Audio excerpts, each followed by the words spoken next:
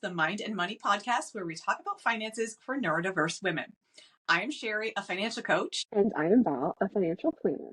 And today we are talking about 6 money tips for neurospicy women that help them manage their money.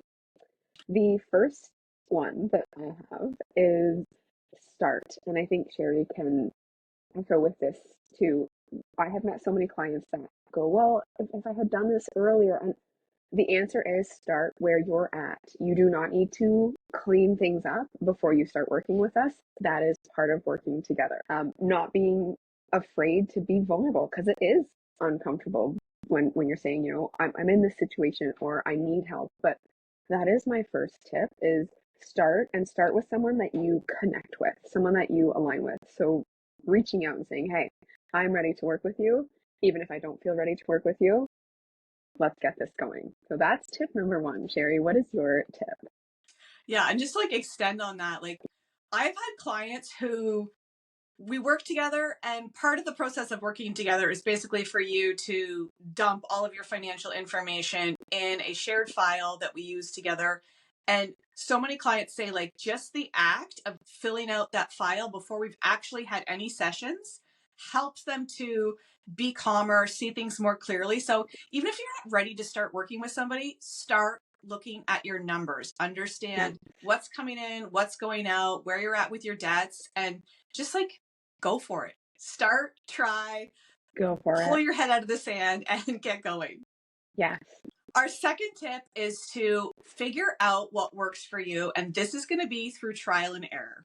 Your brain is unique to you, and the systems that are going to work for you to manage your money will also be unique to you. When you go out and Google, how do I manage my money? You're going to get millions of results around always do this, never do this, you must do this. You are going to set yourself up for failure, because we need to have flexibility in our lives, and we need to figure out how to find that balance and that flexibility with our money. So if you're trying something right now with your money and you're about to give up because it's not working, don't throw it all away. Just do a pivot. Think about why it's not working and what can you change so that it gets a little easier, a little better, and starts working. Yes. And I want to add on to that. There's so many kind of financial rules of thumb that you can read about. Have this much saved by this point, or have this much put away each month. And it is different for every situation. I've had clients that have said, the one, it's by a certain age, you're supposed to have 1 year's of salary saved up. And that's not possible for them. So then, because that goal wasn't possible, they just weren't doing anything. And I'm like, whoa, that goal's not for you. That rule of thumb is not for you. So remembering that what you read, what you see, what you hear does not necessarily mean it's perfect for you.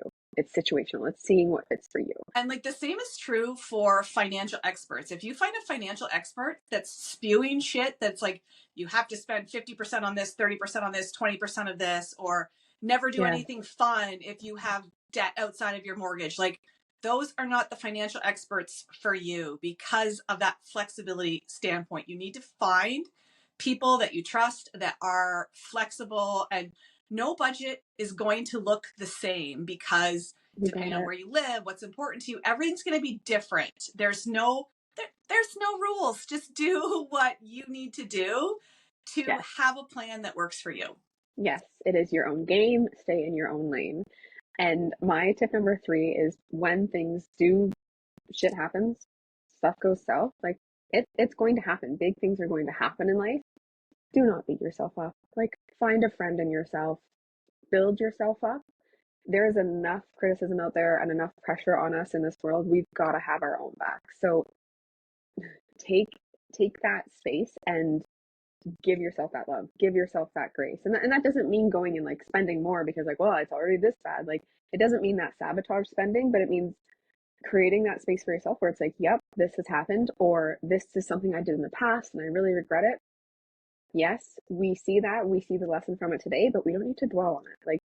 The road goes forward, so we move forward. We learn from our past, but that's not where we're looking. Yeah. And cheesy saying to back that up, there's a reason why the windshield is so big and the rearview mirror is so small.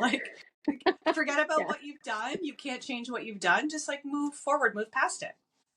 Tip number 4 is to use more accounts. I know this might sound counterintuitive as a neurospicy individual because that could mean more to manage and more to worry about. But if you have one checking account and one savings account, and they're both with your main financial institution, there's a couple reasons this is setting you up for failure. And that is because your savings account is right beside your checking account. It makes it so easy to move money in and out of one into the other. And the accessibility to get that money from your savings account is going to mean you're going to have that like merry-go-round in and out of your savings account. And also having one checking account that everything happens in can feel overwhelming. You've got money for groceries, money to pay your credit card, money to pay your rent or mortgage, your income's coming in, your expenses are going out. It is like a super fucking highway, and we need to calm that shit down a little bit. And my recommendation is if you're new to this and you're just starting to make some changes with your money, to have the one savings account is okay to start with, but start by adding at least one more checking account, maybe two. So one account for your bills, where all of your like fixed bills, your utilities, everything comes out of, that's mostly a predictable expense.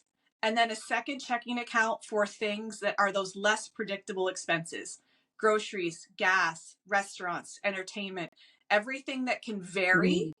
And those are things that you have more control over. You can even add a third checking account. And don't worry, there's ways to do this without adding any fees. There's no fee online checking accounts. We'll probably talk about that in a podcast later. But totally will. Yeah. So then that if you add that third checking account, that third checking account can be for the fun shit. So you can have like a spending account that's for necessities that are variable, and then a third account for things that are variable that are wants. So this could be takeout, restaurants, where like your groceries are in that second account. So it can be an account that's like you don't worry about because you've already planned it as part of your budget. So, and that's the key.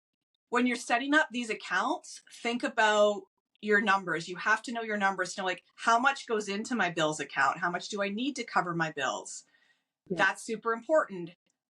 You can either automate these transfers between these accounts to get money into those separate accounts, or in many cases, you can ask your employer to be like, hey, I need $500 a pay to go into my bills account, and the rest can go in here. Or I need $500 to go into like my variable spending account, and the rest can go into your bills account. So you need to step back and look at your plan, big picture plan, to see where you need the money to go. But like separating it makes things so much easier. If you know your bills are taken care of, and you can make decisions on spending it by looking at your account balances for your others accounts. Like, how much money do I have in my variable spending account?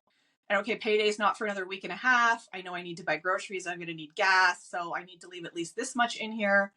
You make spending decisions based on the balance, and you don't have to track how much did I spend on groceries? How much did I spend on gas? How much did I spend on Uber Eats? It doesn't matter as long as it's covering all of those expenses. Yeah. And I think that the biggest thing is that it has organization, right? And everyone's organization is going to look a little bit different. Like Sherry and I have probably way more accounts than a lot of people would want to have, but we enjoy them and we know what they're for. And they've got nicknames on them, and that works for us, right? By separating things out, we're able to see what what is there for what we need it for. My tip 5 is you don't have to do it alone. And that's such a common theme lately with clients when we're meeting is it feels so good to have someone who's in this with us, right? And I think that there's a lot of media about like DIY with different things, and that works for some people.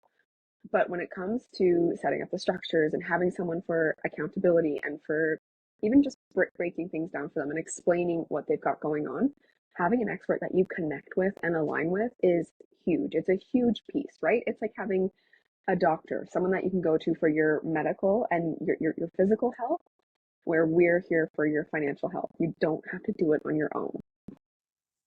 Yeah. And like adding in that accountability when you are neurodiverse is like, it's fucking huge. Like I have clients that I've worked with for years because they know that every month or every quarter we're going to meet, and they're like, oh shit, I haven't done the things. I better do the things before I meet with Sherry. And maybe that accountability comes from a financial professional, but maybe it comes from your bestie or your spouse or your partner. And you're just sitting down having those Absolutely. regular conversations about, okay, what happened last week? What's happening next week or next month or next year? And you're able Yeah. to bounce ideas off of somebody because, like I said, everybody's brain is different, and getting an outsider to look at things. And I really firmly believe we need to talk about money more. Like, we Yes. keep money behind closed doors in the dark, and we think we're alone. And I talk to so many individuals who, like, they have debt, they're overwhelmed with their finances, they don't know what to do.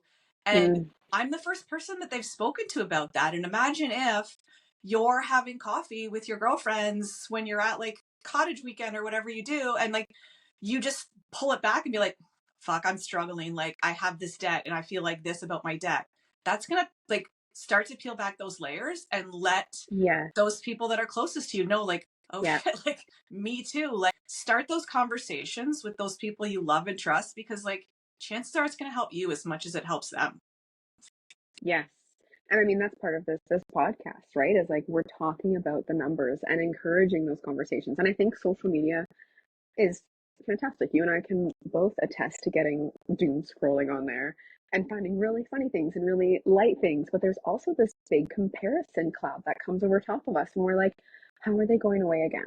How are they going on vacation? Like, I know what she does and I know what he does. And how can they afford this? And why are we in debt? And it's like, stay in your own lane because the pretty picture is only one side, right? Beyond that pretty picture, there's so many numbers involved. And typically it's, of course, on social media, we're posting our best sides.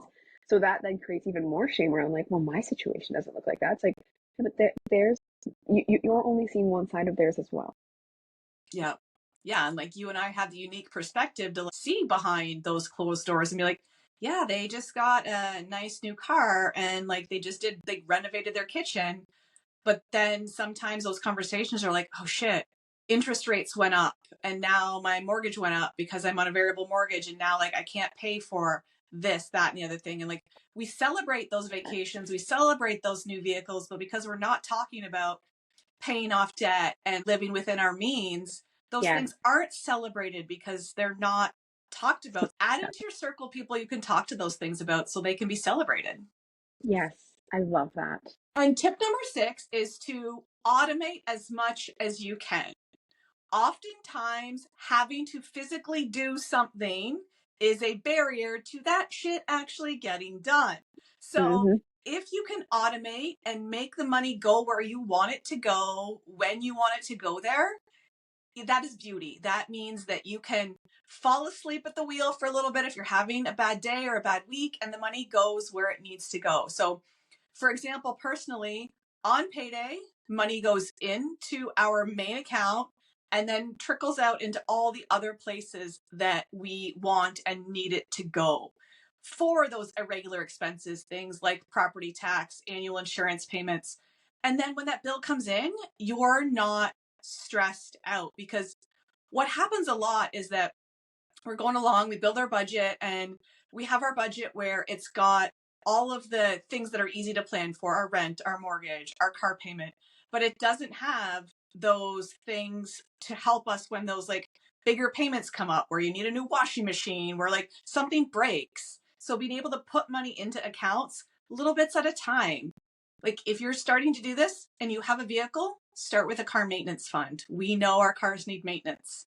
Being able to maintain our cars can mean we can have them for longer. And if you have a car payment, you can then avoid a car payment for a couple of years or longer after your car's payment is done. It's like, just figure out where you can put automation in. Automation can help us pay our credit card bills. It can help us pay our utilities.